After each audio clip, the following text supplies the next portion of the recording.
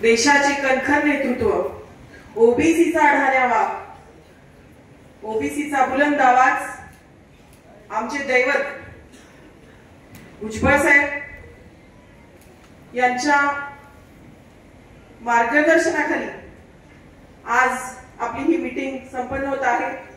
सगळेजण विचार करत आहेत की आज साहेब काय निर्णय घेतील, पण साहेब तुमची एक छोटीशी कार्यकर्ता म्हणून जेव्हा मी अंबडच्या सभेमध्ये आपला यंगार पाहिला होता, त्याच दिवशी ओबीसीचा दुसरा आढावा गोपीचंद पडळकर आणि मी स्वतः डॉक्टर स्नेहाताई सोनकाटे तुमचे कायमचे एखादे समर्थक बनलेलो आहोत। शेवटच्या श्वासापर्यंत तुमच्या सोबत राहणार।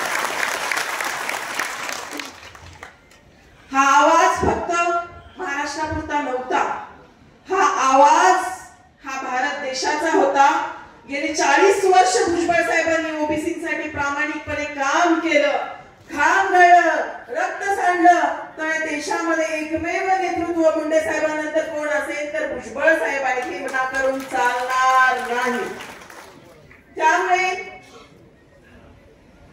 तुम्ही कोणताही निर्णय घ्या साहेब, पण जिथे आपल्याला मान सन्मान आहे तिथे आपण राहायचं, जिथं सन्मानाची वागणूक मिळते तिथंच राहायचं। हे आपले महात्मा फुलेंची विचारसरणी आहे। आणि मला माहिती आहे की आपण आपल्या घरामध्ये यशवंतराव होळकर यांचा फोटो आहे।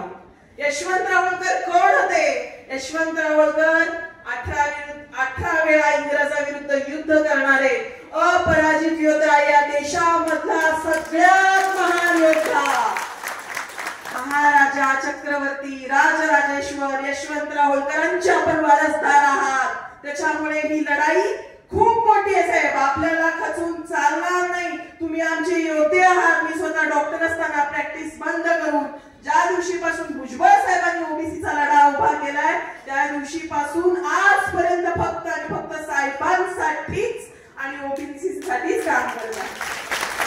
माझा नेता फक्त आणि फक्त भुजबळ साहेब आहेत। म्हणून मी सर्वांना विनंती करते की शेवटच्या क्षणापर्यंत आपल्याला भुजबळ साहेबांसोबत राहायचंय। आणि ह्या मराठा प्रस्थापित मराठ्यांना मला सांगायचंय, राजकारणी लोकांना, हा तुमचा कुटील डाव आम्ही हाणून पाडणारच। आम्ही तुम्हाला घाबरत नाही।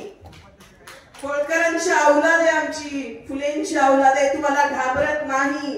कायम भुजबळ साहेबांच्या आम्ही पाठीशी राहणार।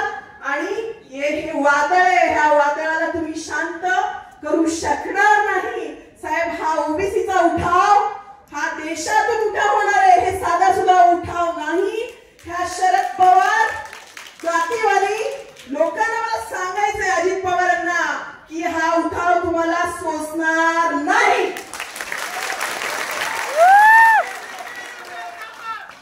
बरोबर आहे का बांधवांनो? ओबीसीचा उठाव करायचंय का? परत एकदा आपलं पिवळं वादळ ह्या देशाला दाखवून द्यायचंय का? हीच ती वेळ आहे साहेब, तुम्ही फक्त आदेश द्या, फक्त आदेशाची वाट बघतोय। आम्ही संयमी लोक आहोत, डॉक्टर बाबासाहेब आंबेडकरांचं संविधान मानणारे आम्ही लोक आहोत। या संविधानाला मी स्वरूप सांगते, शेवटच्या श्वासापर्यंत आम्ही आपल्यासाठी लढत राहणार।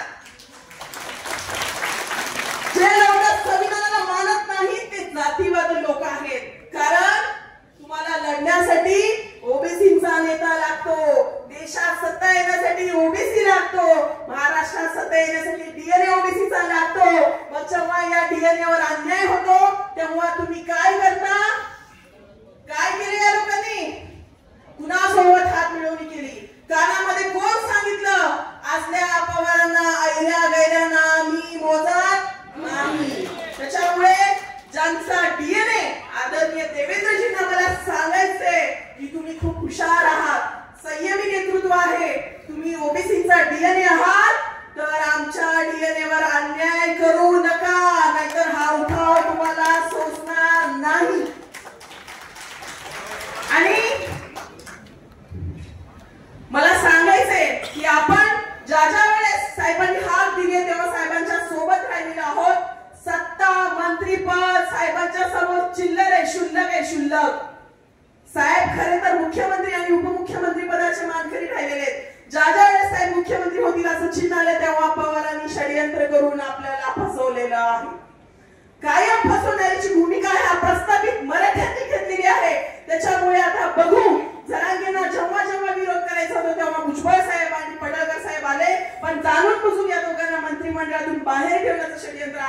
आणि आता महाराष्ट्रात प्रत्येक ठिकाणी आपण आंदोलन केलं. मी स्वतः तुळजापूर मधून येते, मराठवाड्यातून येते, मराठवाड्यातून नाही तर संपूर्ण देशातून धनगर समाज साहेब तुमच्या पाठीशी आहे, मी असं जाहीर करतो.